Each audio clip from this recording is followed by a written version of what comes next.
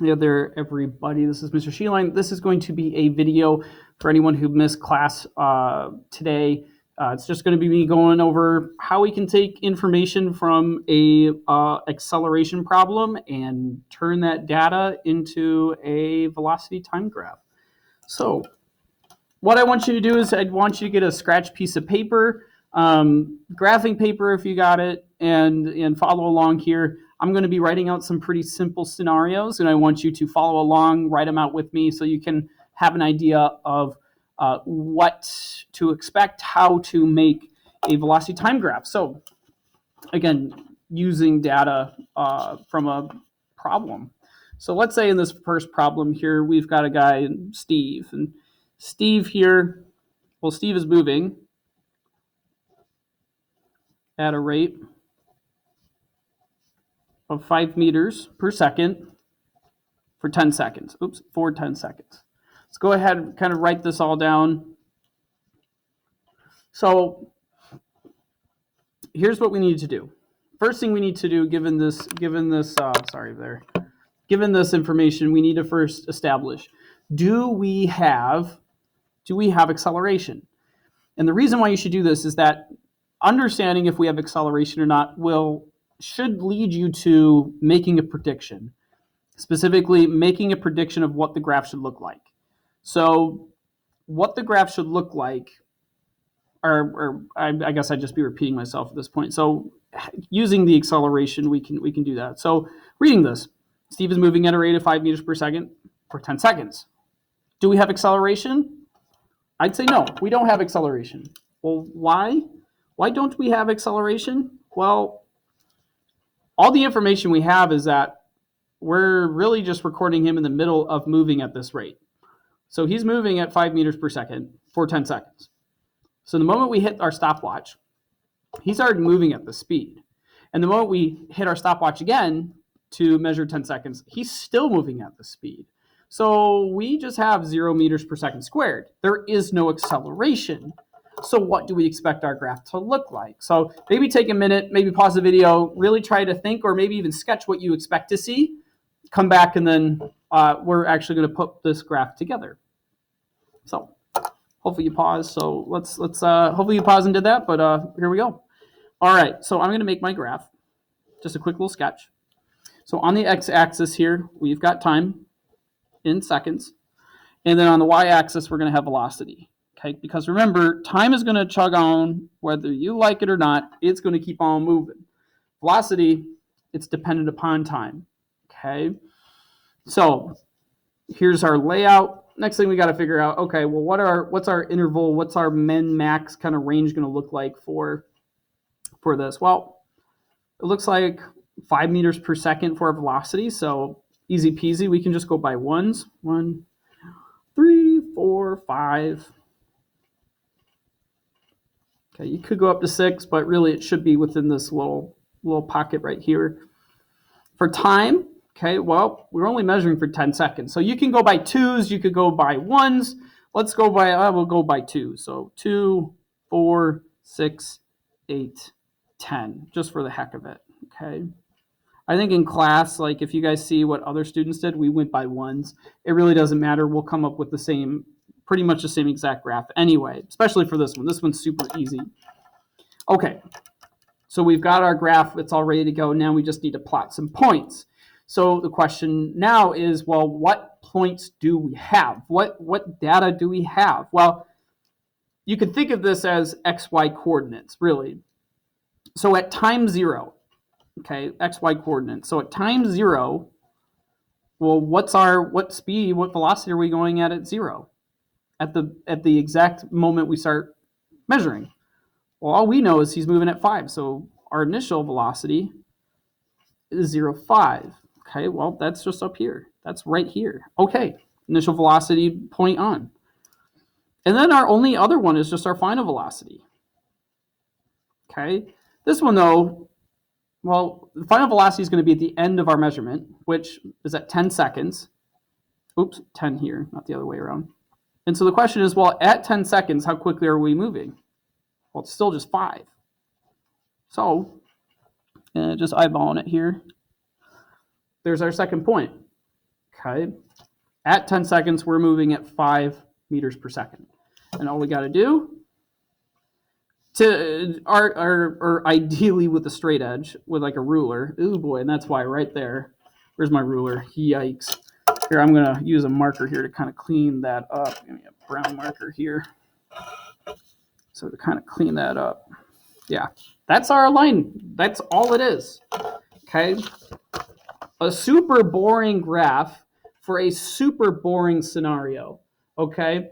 So this is what it would look like. Okay, and this again tells us, if we read this graph, let's read this graph again, just so we are super clear. All we know is like, well, we measured for 10 seconds, got it. How quickly was he moving? Well, it looks like for all those 10 seconds, he was moving at the same exact rate. He was going 5 meters per second from the moment we started measuring to the moment we stopped. That's it, okay? And so this also should tell us too, going back to that prediction you should have made. Well, if you've got no acceleration, either you're going to be not moving or you're at constant velocity. Here's constant velocity. Okay, just this plateau. That's it. Okay. So let's try another one. Let's say we've got Mary now. Let's say Mary started from rest and began running. Okay, well, after 10 seconds, her velocity is 5 meters per second. Okay, that's it. So Mary started from rest and began running, and after 10 seconds, her velocity was 5 meters per second. Okay. Again, first thing we should ask, do we have acceleration?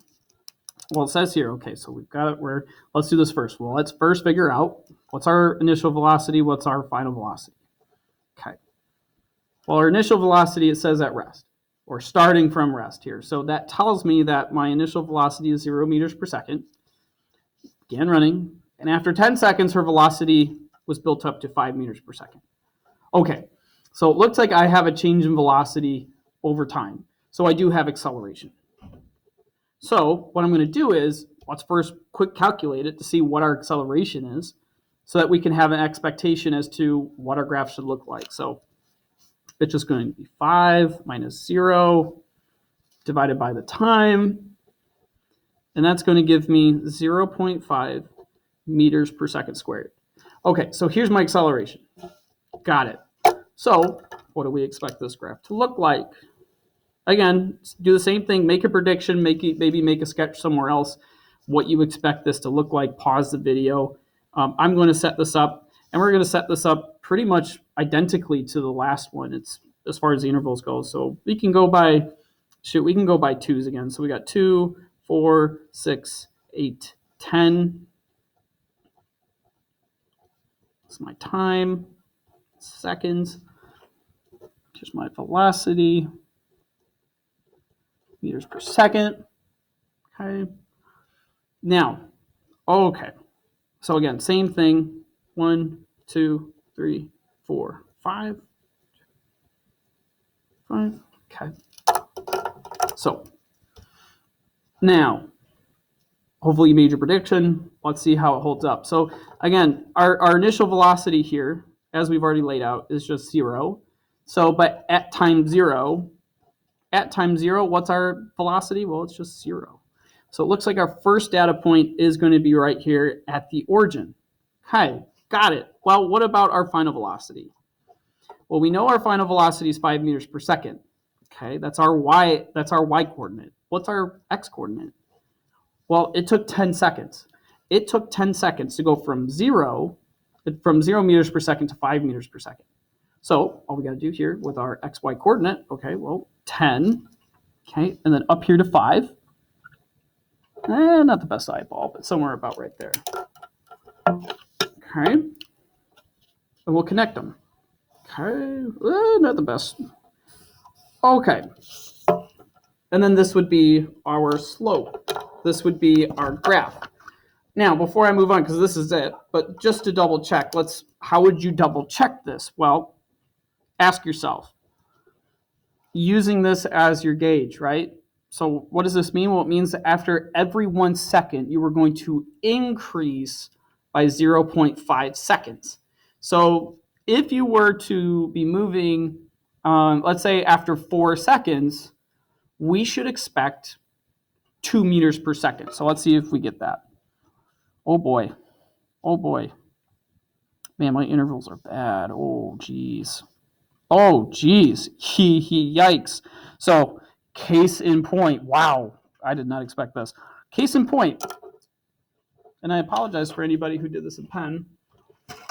I'm running out of timer, so we'll have to kind of cap it at this one. But case in point here, why intervals matter. Here's why they matter. We're going to go by ones. Let's see. Because this is what I would expect. 1, 2, 3, 4, 5, 6, 7, 8, 9, and then 10. So at 4 seconds, and even this is still a little off. Okay, at 4 seconds, where does our slope intersect? Well, it roughly speaking intercepts with 2. Okay, again, not the most perfect here because we did eyeball it. If you were to do this on graphing paper, it should be spot on when it's this even, when it's like this. So again, after 4 seconds, we expect that we'll be moving at 2 meters per second. So what about 8 meters after 8 seconds? Well, at 8 seconds, what we should expect is us moving at 4 meters per second, which is what we can see on the graph here. So you can use the graph as a proof, as a way to prove that your slope that you just calculated, your acceleration works out. That what you're showing with your line graph is accurate, is precise. Okay. So again, that's just as a way to double check your work. But really, this is it. I've only got a couple minutes left here in the video. I don't think I have enough time to go over the other one. If you need further help, if you have further questions on any of this, make sure you reach out to me. It's very straightforward. This is no different than any other kind of system where you take data and plot it onto a graph. This is, again, no different from what we practiced in the first semester. It's no different from what you've practiced in math classes. It's exactly the same. Okay. The only difference is now you have an actual scenario you can picture in your head, and you're trying to kind of juggle that along with all the data points. But this is it. This is how you put it together. Okay. So if you do have any other questions, make sure you get a hold of me. If not, I'll see you guys in the next one.